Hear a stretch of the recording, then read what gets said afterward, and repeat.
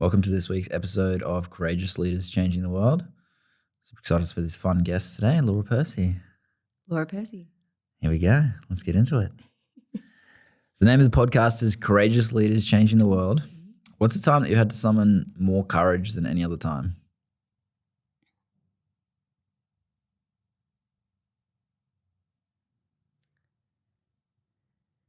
The most courageous leap that I took was when I moved. I made the choice to go all in on property. I had a great job. Husband had a great job. Though we realized that we would be paying off a loan for 30 years and would intimately see each other here and there. And it just didn't seem like the life that we wanted. So we changed up that whole comfortability life, 2 children under 2, and moved to a different state and went all in on property development. And what did that create for you? Okay, how I view it has just been a cascade of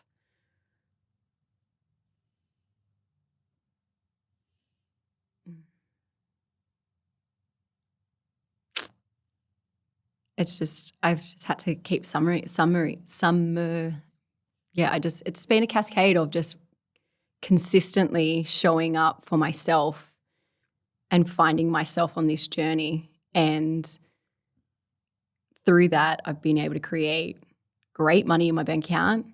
I've been able to have my husband at home, and I always dreamed of having a large family, but I didn't actually see how it was going to be possible. You know, having a great job, but still having to work so much. And now I've been able to create this beautiful family and living out my daily values. And How much have you done in property deals? Currently we're on our 9th project. Totaling in the property world, we look at what we've created. So property development, we look at the GRV value, which is the gross realization value of what you're creating. And so far to date, I've created over 100 million and going in developments. And that's homes that I've been able to deliver to the communities. And it's not just homes to me. It's not just keys. It's actually the intent of my heart and my soul that I pour into every single project that has the most outstanding feeling in my body every time we get to the end of it and when we secure a site and start the process. Mm-hmm. So, there's a reason why people get into property. There's a reason why people become builders.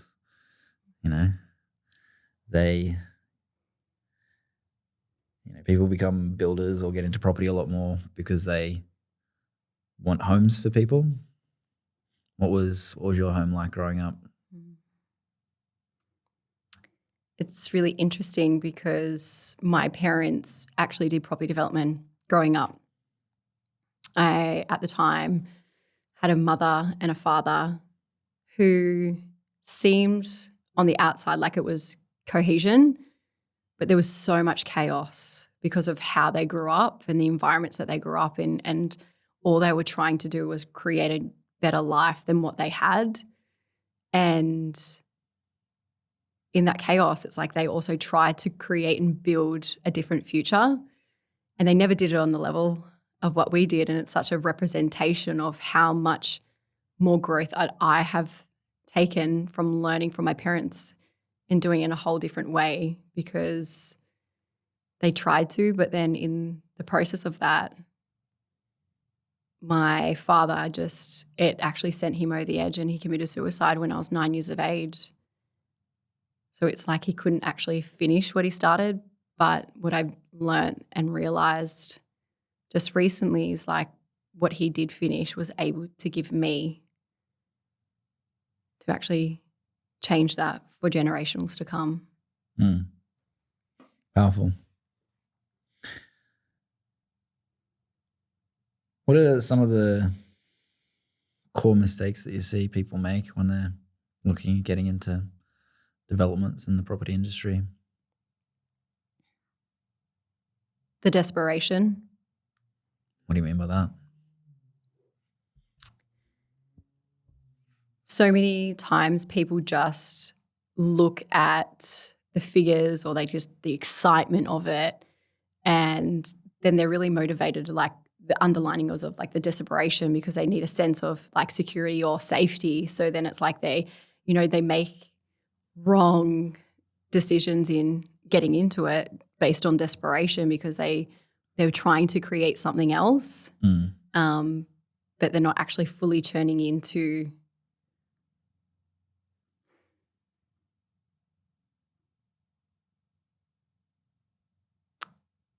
not actually being open for the support. Because it's so interesting with property development, you're only as good as your team. And so if you're a controlling person and you're desperate and you're having to be in this state of always creating safety, you're always having it's that control. And so when you're so much tightly holding on to control, it's like, how can anyone help you? So you would never let in the right team support in order to actually go through it. And then you're so fixated on a certain outcome that then people just get burnt. They hate the process and they just never want to do it again. And that's also when it comes to people partnering with people and also doing the projects themselves. Yeah, you definitely see that play out. People live their life desperately looking for that thing outside of themselves, whether it's that safety, that security, and they think that, either if they're buying a house for themselves, they think that the house is going to give them that. That's why, there's such a culture in Australia of buying your own home as well. And it's very, very interesting. I remember I have a mentor that I've worked with for a long period of time, and he's got a calculator. It's the rent versus buy calculator. It's like you look at the house you can get when you're renting versus when you're buying, and the house that you can get when you're renting in most places right now is 3 times better than the house that you can get than you can buy based on, where everything is. Mm-hmm. And yet most people are more focused on buying rather than actually growing their wealth with it. What do you say to people when they want to buy their house first rather than put it into developments to be able to grow their wealth? Say that question again. That's a good one. Wow. So lots of people want to buy their house. It's like the Australian fucking thing. It's like, you do your life, you buy a house that's yours. What do you say to people when they want to do that first rather than grow their wealth? Because intellectually you can get that it's not actually a very good financial move. But what do you say to someone when they either know that or don't know that, to actually do the smarter decision, which is the less emotional decision, the less desperate decision? It's really interesting because the people that I've come across have there's such a fixed mindset with those people. So I think I've already identified that it's not even, I know I'm not going to change them. So for me, it's always the conversations one day, they're the one day people. I'll do that. Once I get a house, then we'd love to invest in property. We love property development. Everyone likes that. But again, it comes back to the safety. It's I had to summon up so much courage to go into this.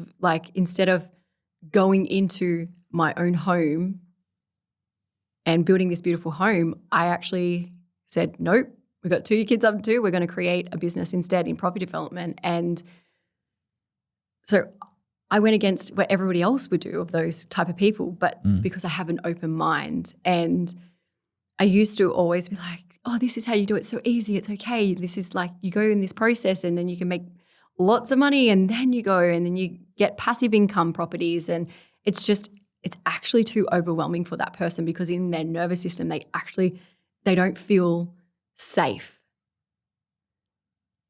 So for me, it's like the answer to that is like I just actually don't identify, like I don't have a conversation as to try and win them over anymore. I just show up more.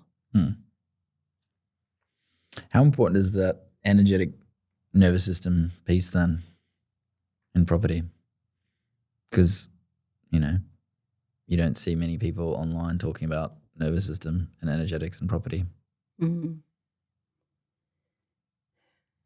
So it started in 2000 and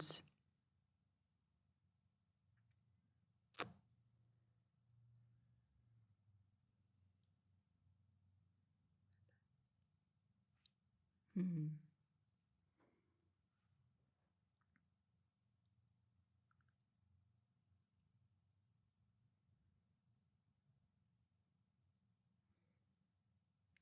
was around 2019. And I was pregnant with my third child. And at this stage, I had my first 2 projects in construction. And both of those projects were 2 townhouse developments on the Gold Coast. And I fell pregnant with my third child and everything was going fine. The developments were coming along and I was so excited because I was growing my family. I was living out my life was amazing. We could see a road to my husband getting out of work at this stage and joining the business as well. So then I would have more support. And then we went to have our routine sonography. And this was actually going to be our first home birth as well. So we were really excited. Like it was going to be a completely different experience than what we've ever experienced before with our first 2 children. And we went the day before I had an appointment with my midwife, and my midwife was like, oh, the heartbeat's a little bit faint, but we can hear it. I'm like, okay, cool. Yeah, no worries. Maybe just go and have that scan because I was on the fence if I would or not, right? And so I booked in. I was able to get in the next day and I was 20 weeks at this stage. So past the 12-week, do we tell anyone? Do we not tell anyone? Everyone knew. Everything was going great. And we get into the room. The lady starts scanning over my stomach and we had the 2 children in the room as well. We're so excited. That moment that you hear that heartbeat. But it went silent. There was no heartbeat. We didn't hear anything. The lady said, I'll just be back in a moment. And we knew. I had the pit in my stomach. Something is not right. And she came back in and she said, I'm so sorry to tell you, but there is no heartbeat and your baby has died. That was the most horrific experience, to feel that loss in that moment. But it was also so beautiful because I had my 2 children in the room and my husband to witness it fully, what it is to feel to lose something.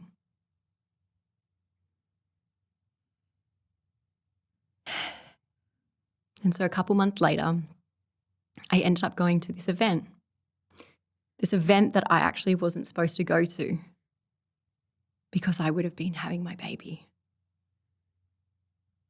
Those sliding door moments where you're like, okay, I wasn't going to be there, but, at this point in time, I didn't really believe in the universe or, working with me or anything. I believed in God. I believed there was something more. And at that event, there was this lady who spoke about energetics, NLP, nervous system. I was like sitting there going, a part of me wanted to fully reject it. Fully, no, this is not me. This is too woo-woo. this is like stepping into such unknown territory to me, but yet there was such, my heart was like yearning and such a pull. And after I knew I would want to work with her. And from that moment, I started working on understanding what the nervous system is and how the more that I showed up seeing myself, working with my nervous system, doing the NLP things, I started seeing more results in my property business. Things started to flow more. I was doing 2 townhouses. And then in months of doing the inner work, the nervous system work, I had this new dream and desire, this burning sensation of like, you know what? I want to do a unit development. By this stage, I work with investors and I'd only ever raised around $1 million. So doing a unit development would have required, 10 million plus in equity to raise from an investor. So it's a big leap, right? It's like, and I had never, ever done a unit development, but I had this burning desire. And from the work that I did of expanding my capacity in my nervous system allowed me to take that next courageous leap because I felt supported in myself to hold that, and everything just started flowing. So it's like the more that you see yourself, the more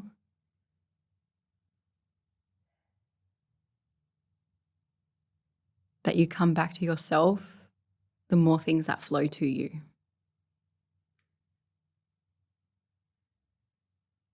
I love that.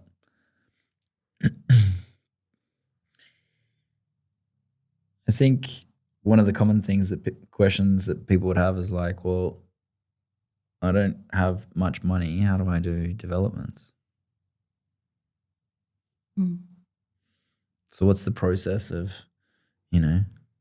using other people's money?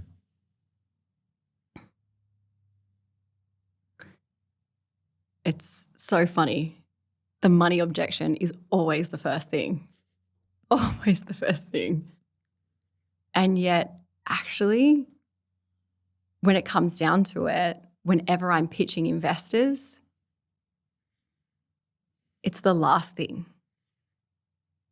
So with the process that I go through, I find the sites in my actual property development business. We source the sites, we have an external team, and we bring the deal together. And with that deal, we then go and pitch to investors. What people don't realize is that there are deals out there, but they're not great deals. There's only few that are great deals. And this is something that I've become really good at. And I've identified a gap in the market to help developers find good deals. Because when you have a good deal, the money flows really easy. And so the process when in pitching an investor, something that I recently learned more into actually is around framing. And it's like the more certainty you have, the person who has more certainty is the person who wins. And I love this because this is something new that I've learned and how I've identified that through my process that I've refined over the last 8 years. I do that process specifically because I build so much certainty within myself that once I have the deal and I present it to a JV, to a potential investor, of course they're going to invest in me because I have more certainty than what they do. And that's through the process, which I teach my one-on-one clients, so then they too can work with investors as well. It's actually a simple process, but it's the steps that you take beforehand when you show up to actually pitch that to an investor. Mm. And the last thing they ask, okay, well, once you've said, what is it? What's the site? Okay, they want to know what the deal is. How long is my money in there for? And then what's the return?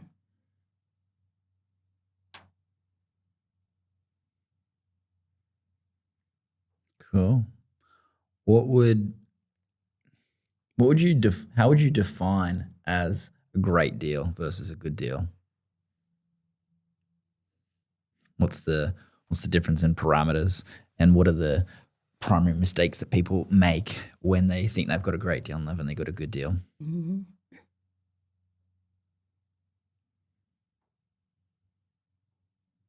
This is such a good question. Such a good question.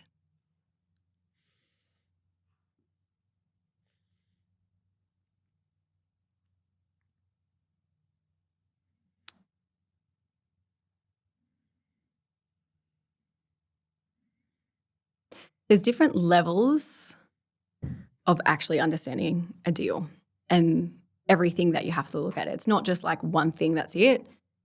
And I think that is part of the process of what a great deal is. Mm. Because people go, you buy it for this and we're going to get profit of this. So it's a great deal. Okay.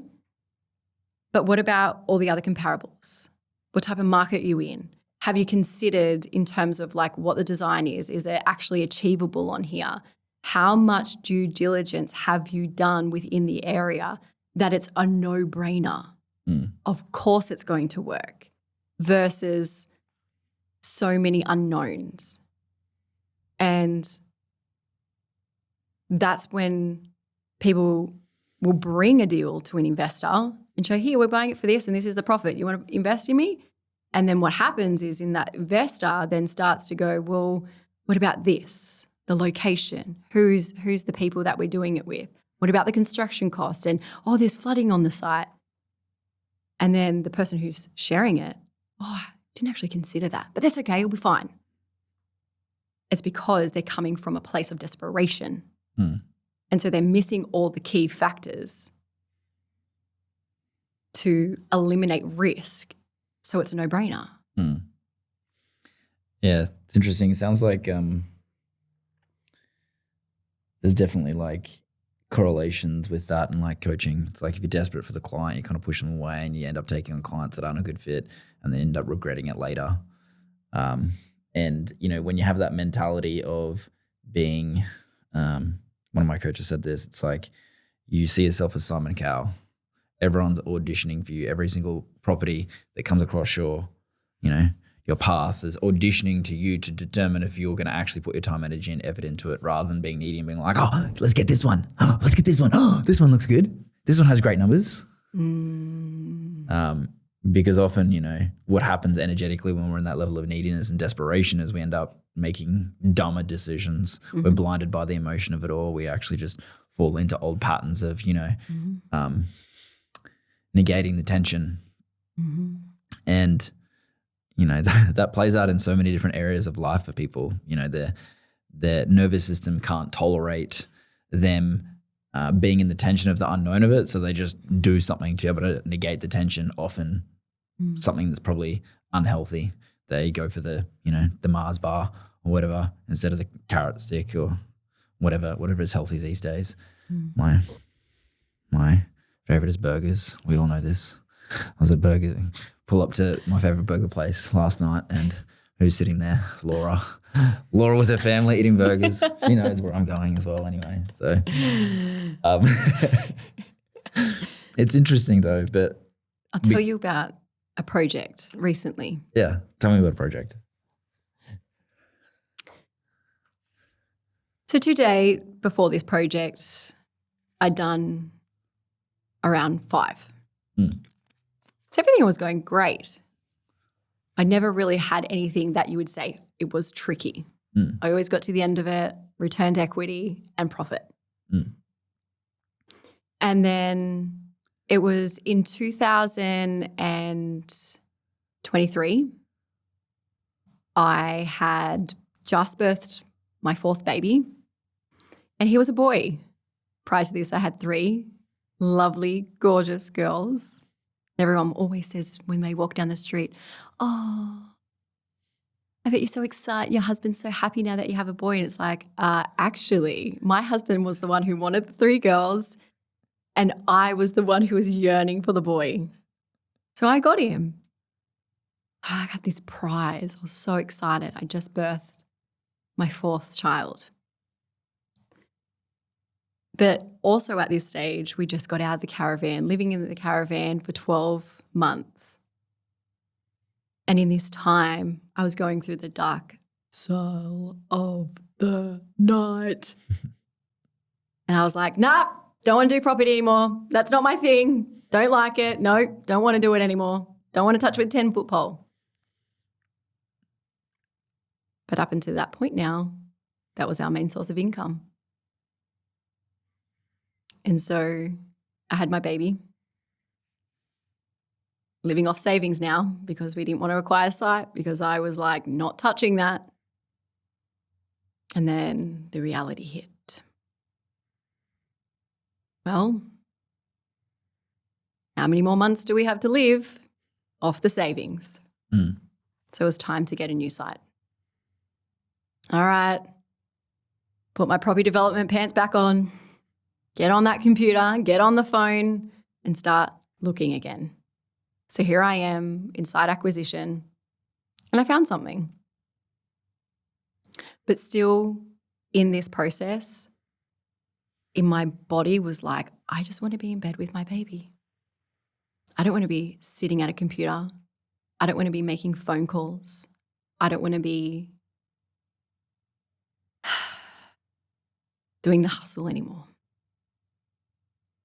But I was the lead of our property business. So I was the one who had to do it. So I could feed everybody else in that house. And then we found something. It looked really good. Going through all that process, all the due diligence. And I'm like, okay, this is good. All right, let's do this. So I pitched it to investors. Everything was going great. We moved forward on it. And then about 6 months into the project, that's when things started to change. Mind you, still at this point, I still didn't even want to be in property at all. Still wanted to be my baby. I almost died having that child as well. So you could imagine the internal dialogue of someone who almost lost their life, but also in a point where they had to also create the pull to each polarity in that moment. There was so much tension there. But I was also calling in something bigger for myself. And so with that project, for the next 12 months, we had delays that I've never experienced in any project. There was multiple times that I kept externalizing, the market, the valuer, this person, they did it. Never looking internally. This could have been me. Then I finally got to a point where there was so much tension that I just had to sit in it. And I realized the intention going into that project was so much chaos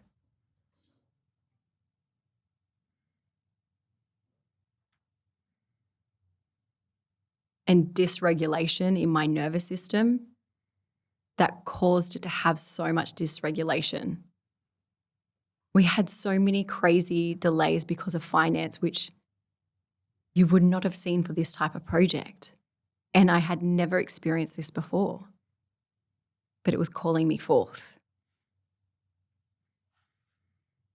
And so I had a choice in that moment. I could have just walked away, could have given up, but I chose to stand at a new level.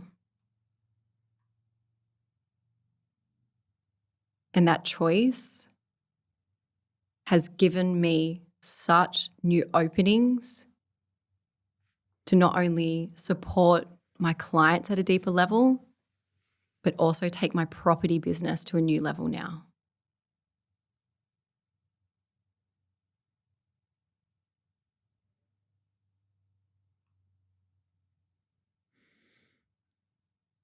So what are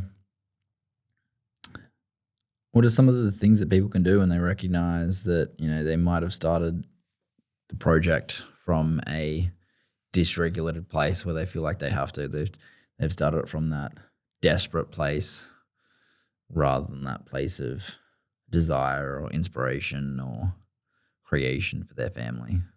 When they recognize that they're partially down that path, what would you say to them? Can I voice note you on that? Sorry, I know that's one of my things now.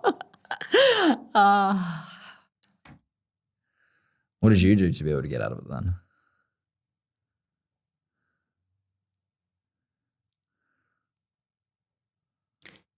I came to a point that it was okay to make money and it was okay to not make money, because I'd never been in that situation of having that internal dialogue of maybe we might make money in this project. And that was the first moment of experience of that. And when I had the realization, sitting with the detachment of making money as opposed to not making money, it took a while. It took a while because there was still so much in my body that was being triggered. I felt hot. I felt sick. So much internal mind dialogue as to because I care so much about the people in which I work with, that the more that I focused on myself, the more I was actually putting the project at jeopardy. So it sounds counterintuitive, but the more that I detached from the project in that way was really just detaching from the mind of it, creating the chaos in the mind and just dropping into the heart. And just the process of which I was I'm always supported. And where I'm at right now is perfect. And so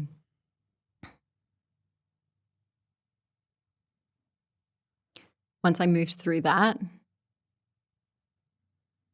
I've actually been able to find the inspiration. And now that I'm in my heart and finding that inspiration, I'm seeing more of the certainty. And that will flow into at the end of the project as well. It's I've got to lead this. So if I continue to be in that mind sabotage, it will go to shit. Don't know if I can swear. You can swear. Okay. Great. Yeah, it's interesting. There's a couple of things with it, because it plays out with regardless, of what people are doing. Their relationship with money very much is determined by how attached they are to it. People take it very personally when whatever they're doing doesn't get the financial return that they want, whether that's they've invested in personal development, whether that's the job, they get a pay cut or something, they take it personally, whether that's their business has an income dip, they take it personally, where they, doing a development, they take it personally, which, ironically, the more personally that you take it, the more that you actually push it away, the harder that you make it. And it's this interesting thing that kind of plays out with people. How attached you are is very much going to be, how hard the process is going to be. And intellectually you can say, right, detach from the process, but it's well, how much are you in your nervous system so that you can actually receive what's playing out rather than the externalizing it, of putting it outside of you where you have to do it. I think that the next question that I would have with this is like, sounds like there's a lot in this. How complex is it, or is it actually a simple process? And how do you make it simpler if it is simple? It is simple. Yep. Okay. Property is just a strategy. It's a step-by-step formula. Yep. We go through step-by-step formulas all the time, every day. Fill out a form. Okay, you go to the doctor. Step by step, name, details. What are you here for? It's the same thing. There's a step-by-step formula. What complicates it is, where are you at in your connection to yourself? And people don't realize that. People don't see that because this is not spoken about. This is why I'm the woo-woo property lady. And you don't hear about this very often. This is why so many people go to these courses. And I've been in the rooms. So many people go to these courses wanting to create freedom and wealth through property. They get there and it's so exciting and you feel great in the moment. But as soon as you walk out those doors, you go back to your life. It's because you're still set at your thermometer, wherever your thermostat is of your capacity of knowing who you are and what you can hold and receive. So it is. Property is really simple. You buy something, you put multiple things on it. Gathering a team is not difficult. It's a few emails and phone calls. But the biggest things that I find with my clients is I don't want to get on the phone call. I can't call the agents. Sounds simple, right? Get a phone. We all have phones. Dial the number. Hi, looking for a property. Yeah. Seems pretty simple, right? Yeah. But what holds them back in that moment is like, am I good enough? Do I truly want to be seen? Am I courageous to take that leap? And that's why it's so important to bring the energetics in to property. And that's why I've created and I'm moving into events and actually creating new rooms, a new wave, because I want people to get out there and actually take the action. Because it is quite simple. Yeah. Cool. What's your next expansion of your capacity when it comes to property then? You've already done $100 million in deals. What's the next edge for you in that, in terms of property developments? Creating my own home. Creating your own one. Yeah. Just like we leaded with the start of this, it's like for so long I've been wanting to create everybody else's home and foundation and being that nurturer in a way, creating something else for someone else. But it's like, what about me? How do I nurture myself and my family and create a roof over the head for them? We live in a beautiful place, but I actually want to create the dream home that we always envisioned. And another layer to that is creating and holding more properties for more passive income and expanding it through that. It's taken me, we've had great lump sums come through and money to have a freedom lifestyle, but now it's about legacy. Now it's like the long term. Before it was like the short term gains and excitement and fun and adventure. But now it's like, okay, how do we actually hold this and create something for a legacy that goes beyond us? And what's the piece that you're facing off with in that personally? With the holding? With either piece, the creating your own home or creating the generational wealth. The biggest piece is probably the hardest right now facing is actually creating the home that I never had.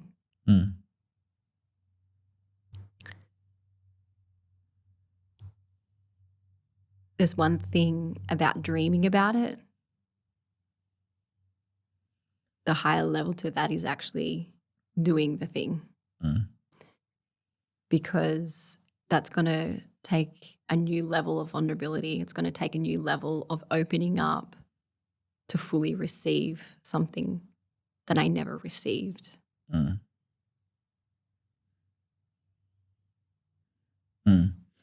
Yeah, it's interesting to see how it plays out of the journey that we go on of the next level of expansion, because so many people just get stuck at the same level. They don't actually initiate themselves into the next level. They're just looping at the same level. They end up doing just the same property deals they do, the 2 townhouses their entire life, rather than shifting to, the exponential next level paradigm of doing it with, block of units. And it's an entirely different paradigm when people create their own home as well.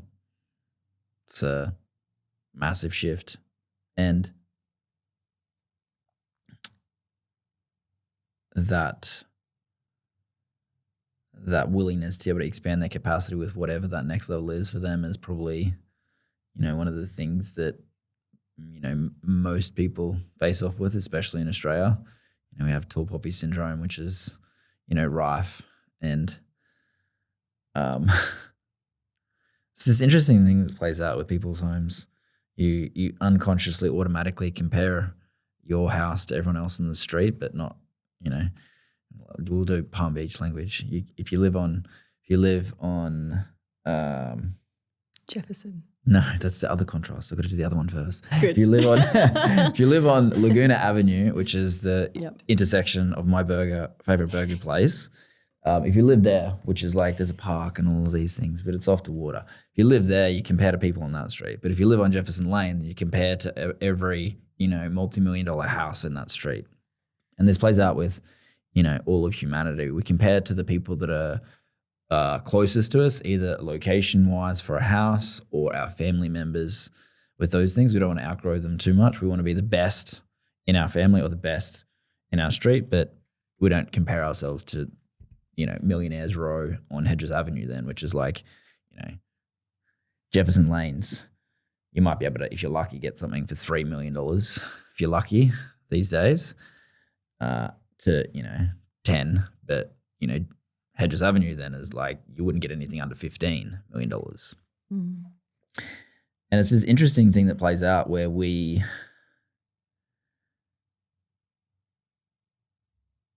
often get caught in the dream of those things.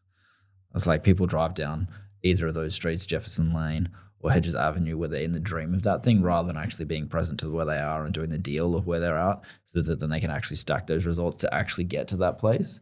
And that's one of the things that I've seen you do really well. It's consistently doing the steps and doing every single step to be able to move forward. And, my assumption is that's because of the energetic piece. What do you see is the distinction between you and your willingness to be able to take action to actually move towards it, to outgrow so many other people? What do you see as the difference there? Because you've also shared many stories of like times that you've been in rooms and there's many people there and you make more money than them. You do more deals than them. What's the difference between you and them? The level of action I take is really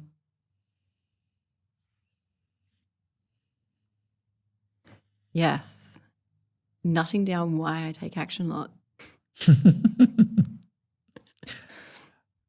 I'm going to interject then. It's interesting. No, I look at these things. I look at people like unendingly. Every single person over who sits on the other side of this has some level of overachievement playing out. They're an overachiever and they take more action than more people. It's as simple as that. And I obsess over it. It's like, what makes these people fucking different? Why do they get fucking $100 million in deals? Well, Sally over here, it's always Sally. Sally over here, silly Sally over here, she does 1 in 9 years. She's done 1. And it's like, okay, cool. Why is that different? And I was thinking about this the other day because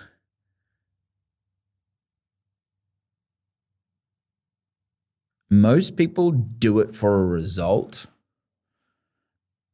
but the people that make the most growth do it because that's who they are.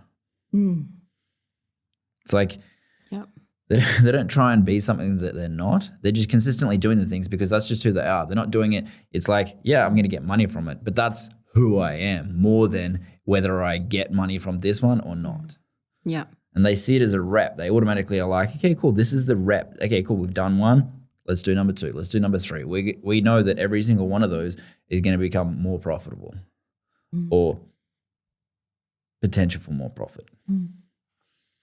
So I see it as this distinction between people who do it because they feel like they're missing something comparative to the people that do it because that's who they are. Like for me, I do fucking crazy shit because that's who I am. I throw chairs. I get chairs thrown at me. It's really interesting because what came to mind when you were sharing that is like when I was younger, I never idolized anything or anyone. You know, everyone, you know, like whatever top music people were playing. It's like, I want to go see them, Pink, Beyonce. And, you know, I want to stand there and put my hands up and yes, I want to be that person. It's like, I like the music, but I never wanted to be that person. So it's interesting when you share that because it's like, that's never been innately in me. It's like I always, you know, started going out as an 18-year-old, going and partying and going to clubs. Like I didn't need my friends to come along with me. I would go walk to the bar myself or go dance on the dance floor by myself. I never needed someone or something to say I can do something. I just went and did it. So it is innately in me. Yeah, I love that. It's I kind of nerd out over overachievers, which is, you know, myself mostly. It's like, what makes me fucking tick? That's why I had to have 4 children. Yeah. It's because there's a, you know, if you're like using other people's money, it's like you're going to be talking to other overachievers. If you're going to be working with high level people in your coaching business, you're going to be talking to other overachievers. You need to be able to understand, you know, what makes them tick different to other people, the difference between the people who do little action where the people who, you know, do so much action that people are just like, how the fuck do you do that? And there's an entirely different level of, I want to say human relating, but it's more than that. It's like your ability to be able to communicate, understand, and also articulate what you're trying to communicate to them becomes way more important because there's so much more at stake. And I think that's the piece is overachievers unendingly raise the stakes. Whatever's at stake here, it's like, yep, cool. I'm gonna do that level. I'm gonna integrate that level, and then I'm gonna raise the stakes again, and I'm gonna raise the stakes again. I'm not gonna do the same deal over and over and over again and get linear results. I'm going to raise the stakes. I'm gonna grow more and more and more. That's why I went from 2 townhouses to 84 units. Yeah. Yeah. It's a massive shift, right? It's a massive shift in terms of, well, I gotta fucking frame that properly. It's a massive shift in terms of the potential output, but doesn't necessarily mean that it's a massive shift in the input. And that's the thing that most people miss. They think that it's a linear, like it's massive output, but it's also massive input. Yeah. It's like, well, no. I remember the time where I actually went to my mentor at the time and I said, hey, so I want to do a unit development. He's like, okay, Laura. So why are you coming to me? He was business coach, not property. Yeah. I said, well, you know, I don't know if I can do it. He goes, well, okay, what's the difference? Well, you know, it's going to be more team members. Okay. Do you know how to manage your team now? Yes. So what's the difference? I'm like, oh, probably more meetings, more emails. Yeah. Okay. So what's stopping you? Yeah. And I was like, Okay, it's got me ticking. And then the next thing was I said, well, it's going to require more investment from an investor. How am I going to find that person? Dead set, looked me in the eyes and he said, Laura, it's a few more zeros on the end. So what are you waiting for? In that moment, I was like, is that it? I've already been doing it and it's that simple. It is. The strategy, property can be that simple and it doesn't have to stay linear. It's how you view it. And in that moment, what my mentor did for me is exactly what I do for my coaching clients, is I just shift that little bit of perspective and widen the lens that they never saw before. Yeah, I love that. Reminds me of, it's probably not going to be many Brisbane listeners, but when you drive off the Story Bridge in Brisbane, there's a sign that you go under this like tunnel and it says, the more that you think about it, the bigger it gets. And often when you're thinking about like raising the stakes or going to an entirely new level, all that you do is think about it. And it gets harder and harder and harder, but only in your mind. It's not actually harder. It's just that you're overthinking about it, not actually taking action. And when you actually start to take action towards it, you recognize that it's only about the same level of work if you just bring your energy differently, if you shift the energetics around it. And the hard part is you thinking about it. That's the hard part about it. As soon as you like get rid of that idea, and I do this all the time. I still get into my mind of like, keep going. And then I was like, but it's almost like I create that hardness. So then when I actually do take the action, I'm like, because I always will take the action. Then it becomes easier in my body. I'm like, I already did the hard bit. Yep. That's why it's like when people commit to coaching, the most transformation is in the buying. Yep. And that's the thing. It's also like, one of the hidden pieces of value of coaching, especially when you get, the voice note supporters, when you recognize you're thinking about something, you ask the question so that then that becomes closed off so that you keep moving. And, most people don't recognize that. They're like, coaching's for this big, long thing where we sit down and we do all these fucking big, long processes and stuff. And it's like, well, that can be part of it.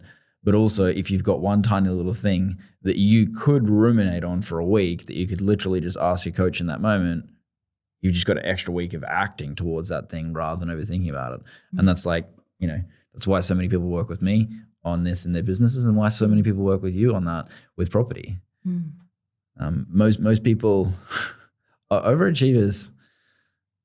They're the people that, are willing to invest in coaching the most as well, because they recognize that deeper level of support and they recognize, okay, cool. Well, who's done this? Who's done, who's got all of these people to create their events business, which is 7 figures and well beyond? Who's that person that's done $100 million in property deals? It's like, maybe I'll go work with them. And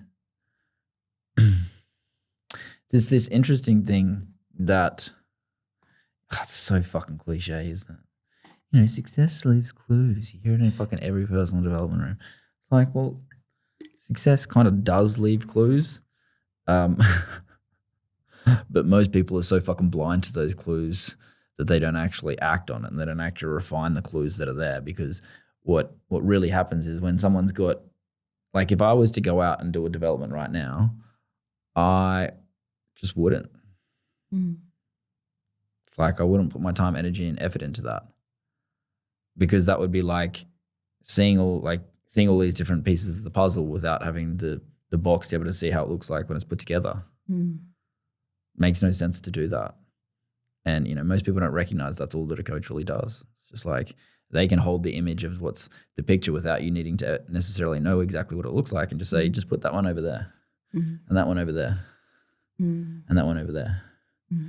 And when people are doing that with like property deals, it's very, very simple, right? It's like, call the agent. Call. Now what? Make the next call. And then, what I'm doing in my property space is creating developers, great developers. And what I find the reoccurring theme is that they get excited. They're into it. They've got the aspiration, but they want to leap 2 steps ahead. Yep. And it's about pulling them back and holding that frame of like, no, keep doing this. And then I've seen it so many times with my clients where they want to take those 2 steps, leaps, and miss those. They don't get it in the moment, but I'm there to keep holding that frame, that image of like, no, this is what we're doing. This is what we're doing. And then as soon as we get to that steps, they go, oh, makes sense now. And things are so much easier. They can see how it actually flows, and it's something that they would not have done if they didn't work with me. And I see this so many times with others, and this is why there are not always great deals in the marketplace, because people keep missing steps. Because either the excitement, shiny ball, or they're desperate. Yeah, I think that's the same energy when you think about it. Desperate or shininess. They're desperate. Yes. They're desperate with the thing or desperate with the next thing. Never looked at it like that. It's like the excitement mass. It's like, the excitement mass of actually how desperate that they are. So they think that they're doing the right things, but it's just the positive part of it, isn't it? It's like that most needy person that's just like, love me, love me, love me, love me, love me, love me, love me, love me, love me. And then what happens when someone does that? You just like keep going back. I was leaning into you though.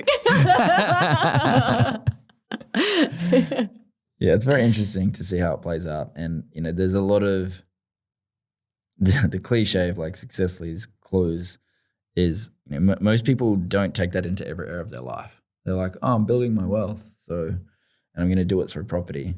So I don't need a coach for that. I'll just go and try it myself. And the thought that came into my head was like, that's what dumb people do. That's a book. Property for dummies. By the book, not the coach. Classic. I think my last question before we wrap up for you is how do you stop this from being an all-consuming next thing? Like, you could put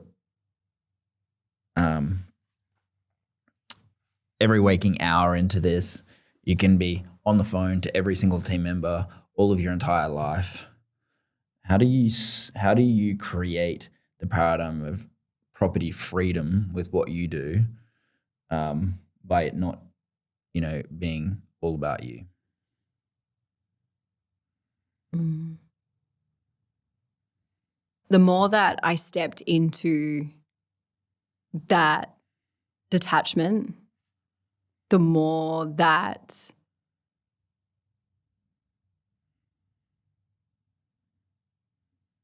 I worked with my nervous system more and recognized my own value and that it's me leading this, the more that then I realized, okay, I've got to pour more into me. And when I pour more into me, which is, Mondays, I don't work. Fridays, I don't work. And I only have a really set time of being, 2 hours work times. And within those other times, it's like I'm living out my daily values. I'm getting on my electric bike, riding around Palm Beach. Don't know if I should have plugged that in. Going to Bergster. Yeah. Yeah, the more that, I started showing up for me and just doing the things that I love, the more that I actually love property more. And it sounds counterintuitive. The more time that I put in myself versus my business, I create more money. But I have actually created more money flowing to me. That's easier deals that just land on on my computer, on my phone. It's like so many times how I've been away for a weekend or through the week, midweek, getaway, going out to the country or just literally at the beach, and I get a phone call, hey, got a new development site, off market. Do you want to look at it? Great. Looked at it. Yep. Put an offer. Versus sitting there, waiting, refreshing, real estate, refreshing. Again, it's that, please love me, please love me, please love me. So it's like the more that I lived out my daily values, the more freedom and things flowing in my life. And this is exactly why energetics has to go with property and learning about property. Because underlining this, everyone wants that freedom. And freedom doesn't just come from strategy. Freedom comes from an embodiment through the energetics and seeing yourself more. Love that. I think that's the perfect thing to wrap up on. What's the best way for people to be able to find you? The best way to find me is